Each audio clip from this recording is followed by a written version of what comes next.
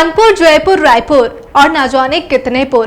क्या कभी आपने ये सोचा है कि आखिर शहरों और गांव के पीछे के नाम में पुर क्यों जुड़ता है? कुछ लोग ही जानते होंगे और आपके जहन में भी ये सवाल कई बार आए होंगे, लेकिन क्या आपको पता है इसके पीछे का कारण? अगर नहीं तो ये जानने के लिए देखिए ये रिपोर्ट। भारत दुनिया का सबसे बड़ा लोकतांत्रिक देश है और इस विशाल लोकतांत्रिक देश में कई शहरों का अपना ऐतिहासिक महत्व है।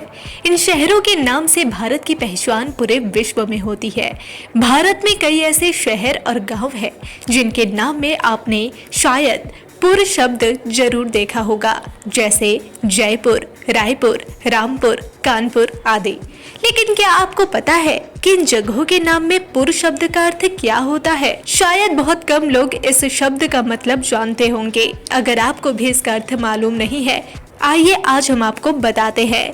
पुर शब्द को प्राचीन काल से ही भारतीय शहर के नाम में शामिल किया जाता है और यह शब्द आमतौर पर नाम के अंत में प्रयोग होता है। प्राचीन कालीन दौर में कई राजा महाराजाओं ने अपने नाम के साथ पुर शब्द जोड़कर शहरों के नाम रखे थे। उदाहरण के लिए जयपुर शहर का निर्माण राजा जयसिंह ने कराया था। उन्होंने अपने नाम के साथ पुर को जोड़कर शहर का नाम जयपुर रखा था। इसी तरह अन्य शहरों के नामों में भी पुर शब्द का प्रयोग किया जाता है। पुर शब्द का अर्थ होता है शहर या किला। इस शब्द का प्राचीन संस्कृत में प्रयोग होता था और इसे कई वर्षों तक भारतीय शहरों के नाम में जोड़ा जाता रहा है।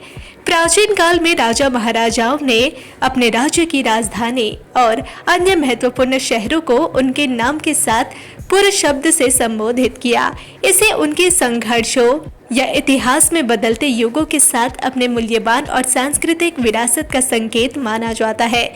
बस समय के साथ अलग अलग शहरों और गांवों में नाम में ये शब्द जुड़ता चला गया।